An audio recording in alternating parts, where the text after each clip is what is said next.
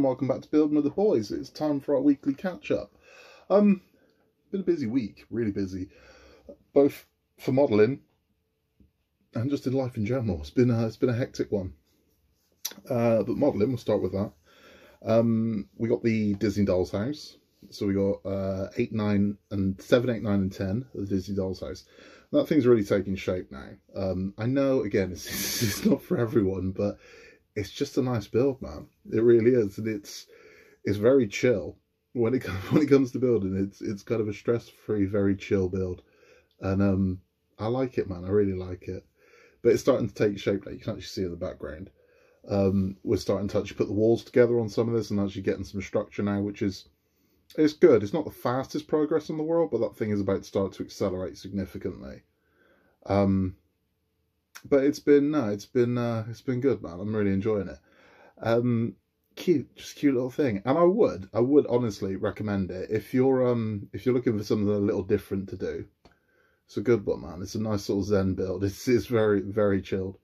And then we got the Titanic as well. So that's what I wanted to talk to you about more than anything, Titanic. So my advice again on Titanic is just chill, man. Just chill, because people are losing their minds over the Titanic again.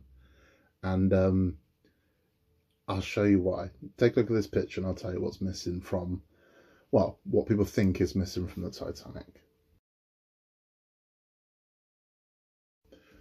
It's the yellow strip.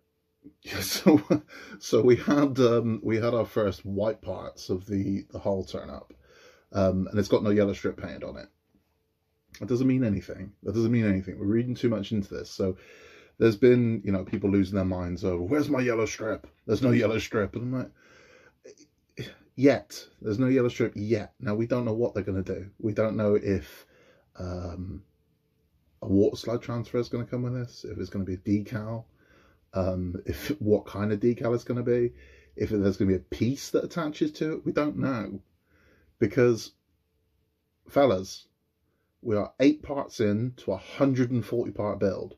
We're not even at 6% yet. So let's just chill. Just relax, man. Take the same kind of approach to the smoke generator. Just relax. Just relax. Let's see what happens. It's just the way it is, Don't panic. It's not worth panicking about. It's too soon to panic. Beyond that, though, the Titanic's really nice. I just really like it. So I'm not concerned. There's been, it seems that every single time an issue comes out, someone's got something to say, and it's like, if you're not enjoying it, throw your cards in and build the Eagle Moss one, or build the Trumpeter, But it does seem at the moment that I don't know why. I mean, it's on another level, Titanic, for nitpicking. Where it's like, and I understand everyone wants what they want, right? So please don't take that as it's a slur at someone. It's not. I get it. I get that you want it to be as it is, but it's a model, so there's going to be compromise on what is and isn't there. That's just the way it is. I mean, it's kind of like all the cars we build. We build gearboxes. There's never any gears in those bloody gearboxes, though, is there? I mean, we don't go that nuts. We're like, well, I better crack this open and put some gears inside of it. It doesn't happen. So there's compromise that you make on these things. Now, naturally, the compromise, the yellow strip on the side, is not a compromise you're going to make. There's no way they've missed this off. There's no way. There's no way. There just isn't. It's not going. And even if, as I said on the Titanic videos, even if that is true, and they have neglected to put that yellow strip along the Titanic, we'll just paint it on. I mean, it's not that difficult to do, is it? We'll get some masking tape, some Tamiya, and we'll just go nuts. So just chill. Honestly, just relax on that one. It's not worth freaking out about. The one thing I will say as well is, I'm all for modding. I've always been for modding, but I wouldn't start modding parts of this hull until you've got the entire bloody hull, because that seems nuts to me that people are already drilling holes in this and painting it. I'd wait, because you might drill a hole through something that you shouldn't have drilled a hole through. And this was kind of true with what happened in Pack 7. In Pack 7, you got to take the nameplate off. I nearly glued that on. I was going to glue it in place, and I didn't. The only reason I didn't, because I didn't get around to it. But then in pack 7, it asks you to take the nameplate off. I'm so bloody glad I didn't glue that on. So, yeah, just, you know, have some chill. Because there's no rush. I mean, it's the thing as well, we're doing this for nearly 3 years. So there's no rush. If you want to drill out all these holes, why not wait until you got the full hole, you know? Before you find out you've put a drill through something that you didn't need to put a drill through, or you've put a drill through something that now has compromised the build. So I'd err on the side of caution. You know, I mean, you're going to do what you're going to do, but I mean, I would just err on the side of caution. And also, like, if you're painting a yellow strip now, well, I've painted yellow strip on this part. It's like, okay, but you want to have this hole complete for 3 years. How yellow is that yellow strip going to look in 3 years' time? You're going to have to paint it again, because it's not going to be the same consistency along the boat, because it's going to fade over time. So just, yeah, I just wait and see, man. That's the nature of a part where I wait and see. And it's yeah, it's a bit of a crazy one.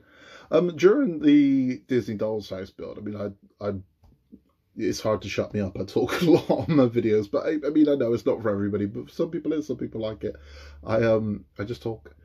I did talk about copyright issues with people having their videos pulled for license infringements, copyright infringements, by using Disney music in their builds, and then Disney just go, I don't think so, and have your video pulled from YouTube. And I went into that a little bit. Mark over at Mark's Mods asked if I could do a video about it, more about copywriting, and I will, because Mark's a good dude. Mark was very kind to me when I first started out, was very supportive, and if I can do something to help him out, definitely. So yeah, I will do a video about copyright and what I know about it. Now, I'm not going to pretend that I'm an expert on it. I just have the luxury of, I've dealt with copyright and licensing a lot in my professional career.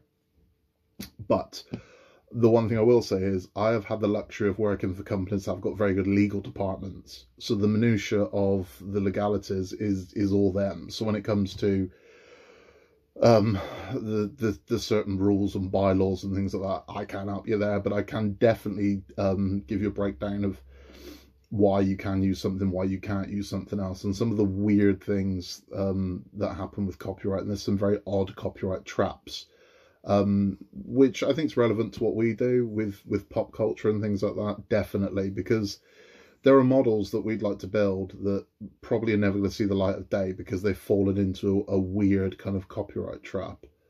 But the thing I'll say as well with those, just quickly on copyright, is sometimes those copyright traps exist for a good reason. And there's a good example of this is why there hasn't been a remake of Back to the Future. And you won't likely see one. Because in order for Back to the Future to be remade, you need about 5 very wealthy people to suddenly go broke or lose all of their artistic integrity at the same time. Because the way that thing was set up was every controlling party of it has to agree to a remake. So Universal might own it, but first refusal has to go to... It's complicated, but it's Robert Zemeckis, Bob Gale, Steven Spielberg, a few others, all have to agree to it. Now, Spielberg isn't going to, Zemeckis isn't going to, and Bob Gale isn't going to either. So the likelihood of ever seeing that remade is slim to none, and that's a good thing. So it's like, okay, it's you're not going to see some crap remake churned out. Which is good. So that's a case where copyright is a very good thing. And by and large, copyright is. I mean, it kind of pisses people off when they want to use something and can't, but at its heart, it's not an evil thing. I mean, it gets seen that way, that it's corporations sort of holding on to their property, but it's like, no, it's quality control. It's there for a reason. It's so we don't get cheap crap knockoffs. Is so you can know that you can buy your children, your babies even, something from Disney, and it's going to be safe. Because that's what it's there for. So that is at its heart what copyright is. But I'll go into that when we go into it, because again, another just quick thing on copyright. We use a thing in my industry called mount weasels quite a lot, which it's a funny word because it's a made up word.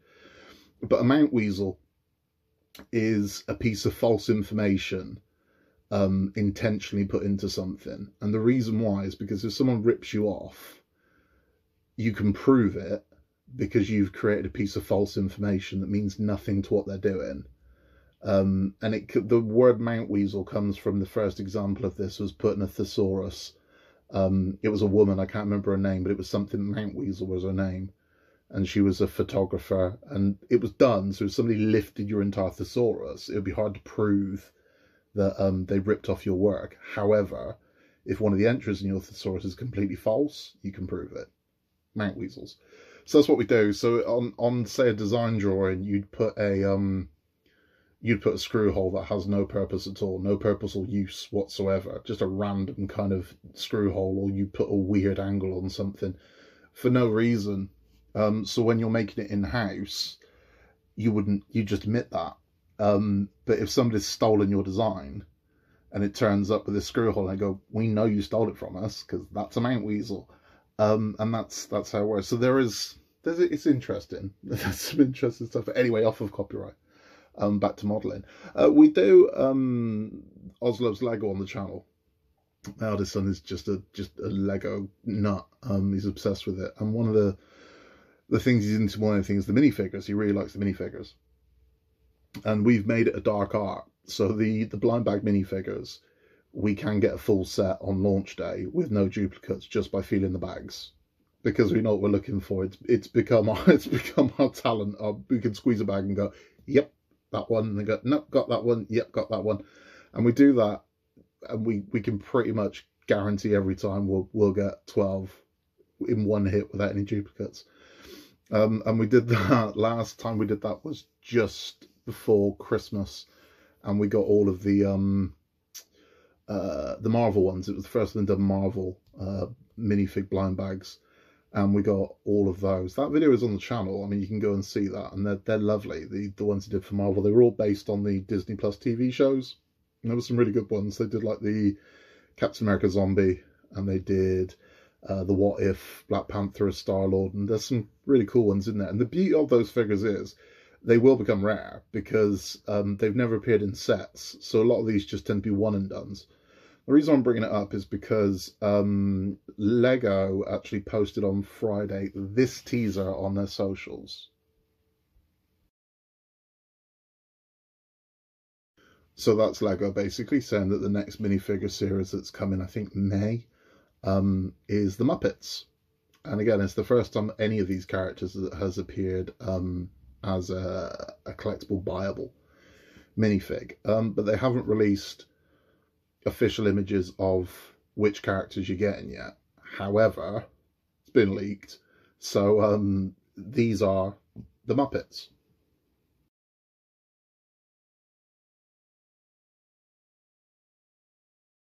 So it will be time for us to light the music, light the music, play the music. It'll be time for us to light the lights. We will be doing the Muppet Show, but not tonight. So the day these launch, we will be getting all of them and cracking them open and doing that. So we'll have video up. And so if Lego's your thing, please swing by because we'll be reviewing all of those. And the kid's disciplined, really disciplined. He's got so many of these sets that once he's got them, he keeps them nice, and they're kind of, he really wants to play with them, but he keeps them kind of nice. And we have on occasion, if there's one he's like, I really need to play with this, we've got a duplicate. So he can play with the hell out of one of them and keep some for kind of best, so they're kept nice. But it's a cute thing, man. It's a nice hobby to have, and he's growing up now, and I think I'm gonna miss that when it's gone. You know, it's still something that me and him can kind of do together, and we get funny looks from security guards when we're sat there squeezing bags in a store and going through each one. It was hard during COVID times. Like, why are you touching all the bags? I'm like, sanitize my hands, chill out. So it's a funny thing. We have got videos we haven't uploaded yet because we have made the latest Iron Man. So we've got, I think this is now 59 to 62. Yeah, 59 to 62 we've got, and we've built. So we're finally getting out those bloody legs because that has been a nightmare. But yeah, so that is done. It's just not up on the channel yet. That'll probably go up tomorrow. We have got pack 6 of the Route Master as well, which I had started to build. and then I came to a part that I need replacing. There is a light bulb cover that goes on the lower deck, and one of mine that just isn't bored out. It's just solid plastic, so we can't get a bulb through it. I was gonna Dremel it, but I just thought I'm just gonna bugger this up. If it was any other material or it was bigger, I wouldn't have a problem doing it. But I don't know. I think it's just too easy to destroy. So I thought, you know what, this is Agora's problem. So I've contacted Agora and said, you need to replace this, which isn't exactly setting the world on fire for me, because this is the third time in 6 packs that something's been wrong, which is a concern. But I mean, to their credit, they do replace these things. So even though it is a concern, they do replace this stuff. So it's yeah, it is what it is. I've got some other little models I'd like to show you. Now these are, I'd say, the low end of kind of modeling, but they're really nice. If you're ever looking for something for your desk or a shelf or anything like that, these are great. These are from Incredibuilds. And Incredibuilds really have pulled the wallet out, because they've got licenses for bloody everything. I mean, they've got, you name it, they've got the license for it. So they've got a license for Star Wars, they've got a license for all the Disney properties, they've got a license for Batman and DC and Game of Thrones, Assassin's Creed, Bioshock, Fallout, you name it, they've got a license for it, which is impressive, because that couldn't have been cheap. Harry Potter.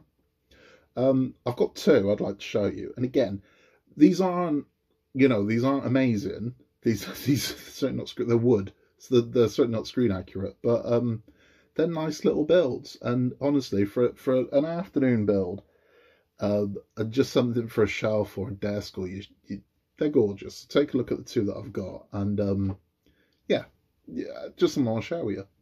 So here are Incredibuilds. This is the '89 Tim Burton Batmobile, all made from wood. And they don't take forever to do, but I mean, again, these things are raw wood, and that's the way I kind of prefer them. But you can paint these. And then I have got Ecto 1, which again, I mean, it's not, we're not talking high detail or anything like that, but as I said, it's just kind of a nice little afternoon build, something to put on your desk. They're just cute little things. And again, they're just fun models. But yeah, we'll have a chat about them. So yeah, that's the '89 Batmobile and the Ecto 1. They're just cute little things. They're cute little things. Now, as I said, you can paint these if you want to paint them. But for me personally, I just like the raw wood look. I think if you're going to paint it, you kind of lose the fact that it's wood. Like if you're going to paint that Batmobile black, you lose the. I mean, you might as well buy a die cast or something of it. I think the raw wood look is kind of what I like. That's. I mean, you can see the ones on the shelf over there are raw wood, and I just prefer that, because I'll show you what I was working on. Yeah, here we go. So this is one I first added colour to. I've not finished this one yet, but I mean, immediately I wish I'd left it as is. So I've added colour to this one, just as an experiment to see what they're like with colour. So it's cute enough. I mean, it's not, like I said, it's not finished. You can see it's not finished. But I think I would have preferred it raw wood. I've got to be honest, I just think I prefer the raw wood look to these. I do. It's not for everyone. I mean, everyone's got their own preference. And I've seen some fantastic paint jobs done on some of these models. But no, I just prefer the raw wood look to them. The good thing with Incredibuilds as well is if you've got younger kids that are trying to get into it, it's good for them, because I can show you another one as well. This is actually the beginnings of an R2-D2 that my son was building. So they're cute, and we've got another one. Completely forgot about that one. They do ones aimed specifically at children, younger children, and this was a Dobby that he made. You can see it's fairly basic, but yeah, I mean, he was only 6 when he made this, and he's very proud of it, and he wants it in our build room, so it is, and it takes pride of place up there. But it's yeah, it's a gorgeous little build. It really is. They're nice things, and you can get them. I mean, cheap. You can get these for around about £7. They're not expensive at all. You just go to Amazon, type in Incredibuilds, and it'll bring up a load of these. Coming up on the channel, we have been billed for Ecto 1. But that means nothing. We're in that weird world where it's like, I've been billed for Ecto 1. Anyone else, I go, yeah, that means it's coming next week. I don't know. It might turn up, it might not. I hope it does, because if it does, we will be finishing the gurney. So we've got one leg to go on the gurney. And then we move on to the light bars. And I think once you've got a single light bar on that Ecto, it's going to look bloody good. It's going to look damn near complete. I mean, the only thing missing from our Ecto now is the roof equipment. That's it. So to see a light bar on and working, and again, it's one of those ones that's got me not nervous to build it, because I've seen the instructions and building it is fairly simple. It's not that complicated. Shouldn't have said that. It's probably the most complicated bloody thing in the world now. But from what I've seen, there's a lot of gears, but it doesn't look overly complicated. What's got me nervous is whether or not it's going to work. Because again, it's like, that's a lot, man. There's like there's a lot of gears on the top of it. They do send, bizarrely, this weird little pack of lubricant with it. But the thing I'm most interested in is what it sounds like. Because anyone that's ever seen the Blitzway Ecto, which was a 1/4 scale, I think. I don't know. I might be wrong.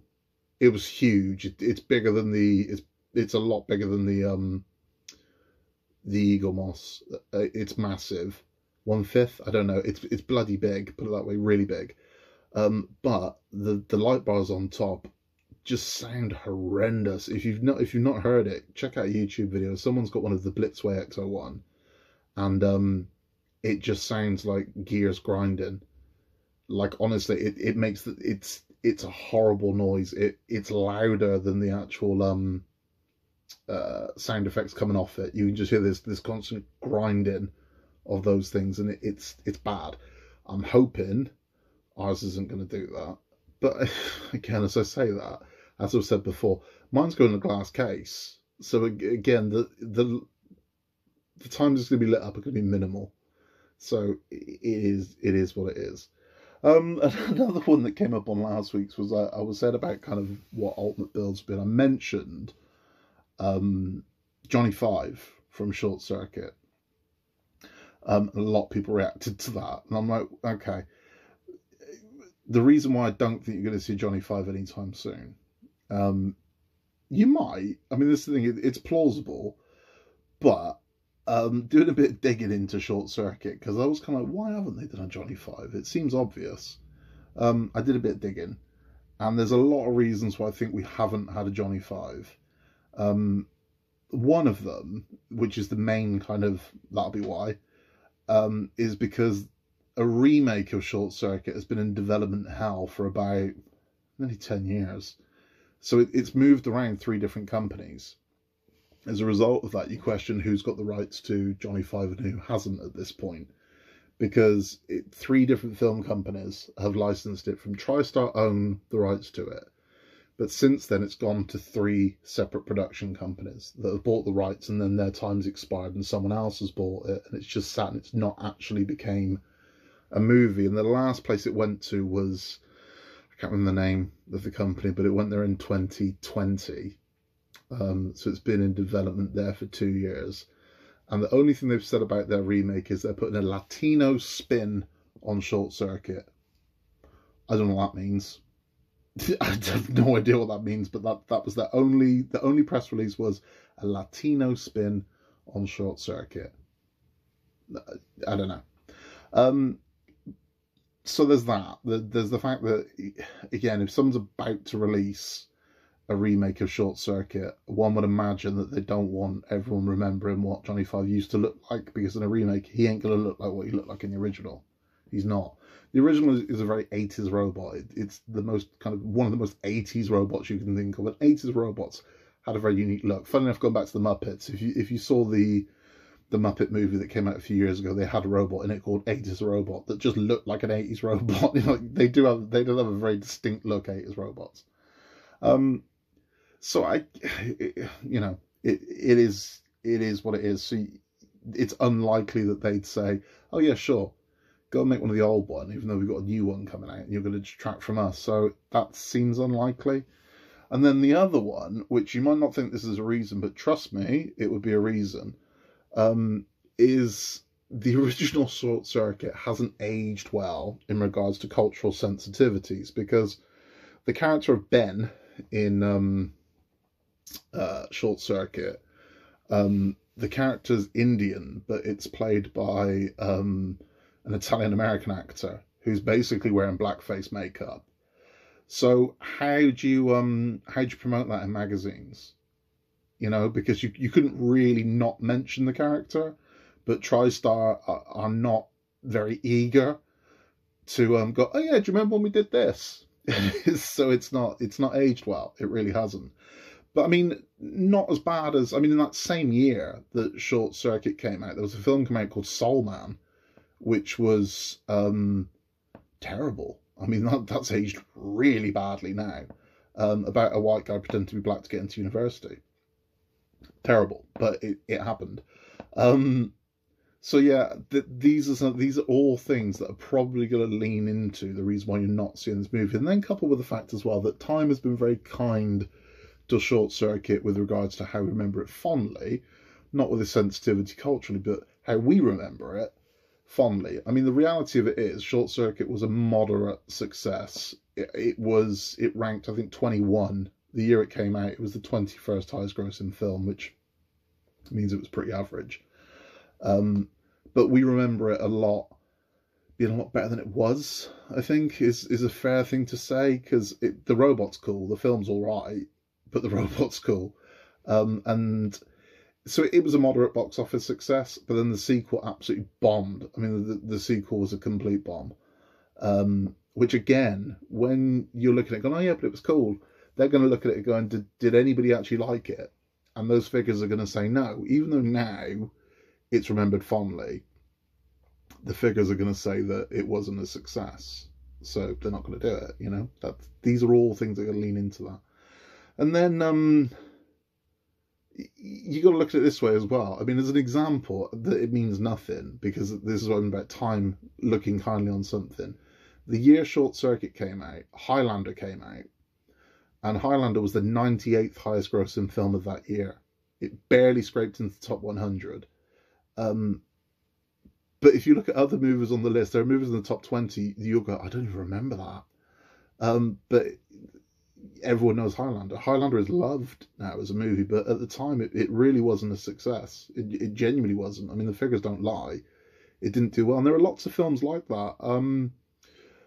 Lost Boys is a good example of that. The Lost Boys did okay at the cinema. It didn't do great by any means. It did okay, but it became a massive hit on VHS and home video. It was huge. And a lot of them are like that. And Highlander's another one. Highlander's a good example of that. Highlander didn't really do anything at the box office. It was a bit of a weird concept where it was Christopher Lambert was playing a Scotsman, and Sean Connery with his Scottish accent was playing a Spaniard. And they were immortals and cut people's heads off. It was a hard sell, you know. But it's become loved. But it just wasn't a success. Another film that came out the same year as those two was Labyrinth. Labyrinth did terrible. Labyrinth was an absolute bomb at the box office. Again, I think it was something like 70th, 75th highest grossing film of that year. It did really badly. They took a bath on Labyrinth. But look at it now. I mean, Labyrinth is loved, but it did terrible on release. So, unfortunately, I mean, as fans, we'll say, oh yeah, definitely do that. But as money people, they're just going to look at, well, who actually likes it? And it's going to tell a very different story to what we feel about these things. It's ridiculous, but that is how they judge these things. It's why when you say, why did they never make a sequel to this? It's like, because no one watched it the first time round. Now, fortunately, with streaming services sort of desperate for content, a lot of things are being looked at retrospectively. We're going, well, actually, they did do quite well, and people do like it, and there's a fan base for it. But I don't know how long that's going to last, because unfortunately, what's happening is they're bringing these things back when you should probably just leave it alone. It's sort of what they did with the Dark Crystal. There was this theory that the Dark Crystal would do good now because there was a generation that grew up with it, and that one they did over at Netflix did all right. But it wasn't the success they wanted it to be. Masters of the Universe was another example of that. The Kevin Smith Masters of the Universe was bloody awful. So that's pretty much going to kill its momentum. And that's the problem. But there is a sequel to Labyrinth currently in production. How? I mean, how are you going to do that when David Bowie has been dead for 10 years? How do you make it without him? You know, you can't. You can. It's because it's not a remake; it's a sequel that they're making. I don't know. It's going to be interesting to see, but that's what they're doing. Anyway, back to builds. So, Ecto 1 is supposed to be with us any day now. I do have, as I said, when we can complete it, Route Master Pack 6 will be up on the channel, as will Iron Man.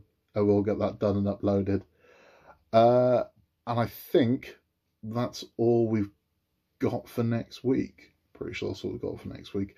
We've got the next Marvel book from Hachette's collection, which is Captain Marvel. That'll be going up on the channel next week.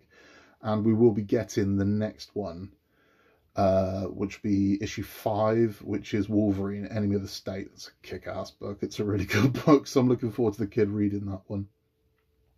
If you've got any questions, if there's anything I can help with, please drop me a line at buildingwiththeboys@outlook.com, or